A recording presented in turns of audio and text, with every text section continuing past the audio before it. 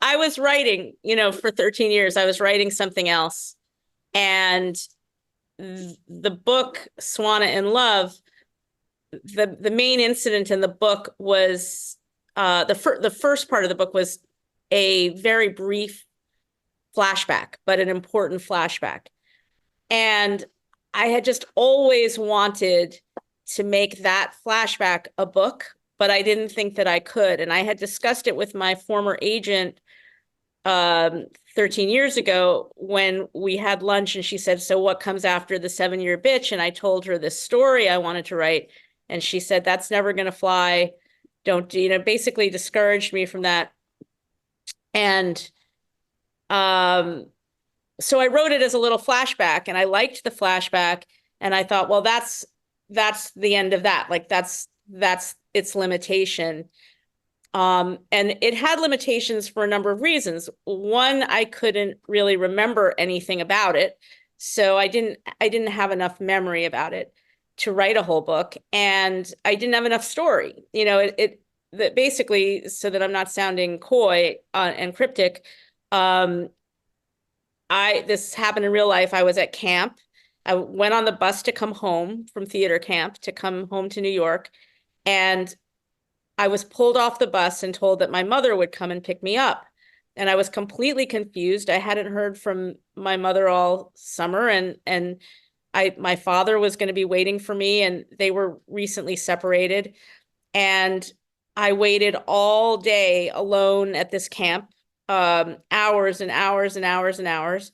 And then she showed up with a brand new boyfriend, and she took me, and then we went to pick up my brother to an artist colony that didn't allow kids. And my brother and I were forced to sleep outside in a truck. So that I always wanted to write this sort of wacky road trip of being in this truck, in the back of this truck with my mother and her boyfriend and my brother and the characters we met across along the way. But I couldn't think of the characters, and I didn't remember them in real life. And so the flashback is just a little bit about that incident. But then I had this idea that she would try to get home. And when I started to think of what she would do to try to get home, I felt I had a book. And when I started to bring pages into my workshop during the pandemic, when we moved to Zoom, they liked it. And when I started to bring in the more outrageous sexual pieces, which are pretty out there, and everybody wrote about sex during COVID, so I wasn't alone with that. But even the most politically correct young people in my workshop who love to give me a hard time about everything, they liked it. And they were going with it in a way that really surprised me. So I just kept going. And then another thing that happened, a friend of mine gave me the book True Grit, which I had never read. And that book's about a 14-year-old girl. And my agent had said, nobody wants to read about a 14-year-old girl. And I thought, this book is incredible. And this girl shows bravery beyond anything any adult would show. And I can write this. So all those things came together. It was during the pandemic, and so I was very alone. And if I thought the captivity in my Greenwich Village apartment with the window guards was captivity, I was really going to learn what captivity was when we decided to go to our little country shack for what we thought would be a couple of days or weeks, maybe. And so we went to the country. And we spent 14 weeks there. I'd never even spent 14 days there.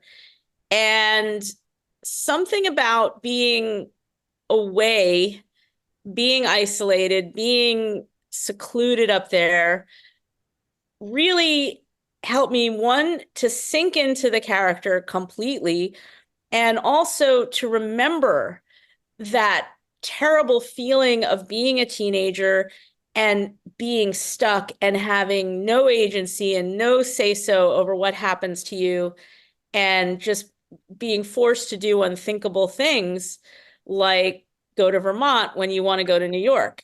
And so I had two teenagers on Zoom school, which was hell. And, I was letting one of them destroy the deck so he could skateboard on it. And I was letting I mean, it was like, I was teaching the other one poker and trying to force him to read Gone with the Wind and Little Women. And it was just, I was, I was this character.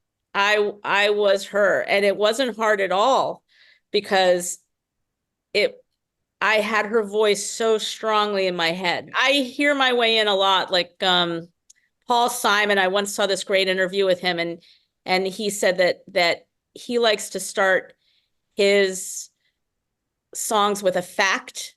Like there's a girl in New York City who calls herself a human trampoline, or there's a wall in China, it's 1,000 miles long. He starts his song with some kind of fact and goes from there. And I that started me thinking about how different people approach writing, and I definitely hear my way in. I often start a scene with dialogue. I start a scene by setting myself somewhere, like I was sitting on the subway or I was walking down the street, and then I start to hear. And I I eavesdrop a lot in real life, and I write in a journal. I sit in cafes and I write in journals. I write down what people say. So I am a big listener in this city. In a book like Going Down that takes place over a year, um, or a book like High Maintenance that takes place over a year, that where she's has the kind of job where she's encountering all kinds of different people, I think you can have a lot. But in this book, Swanna in Love, my most recent book, it takes place in 8 days in Vermont. So she can only meet so many people in those 8 days. And but I don't think about creating characters. I think about creating scenes and what the scenes need.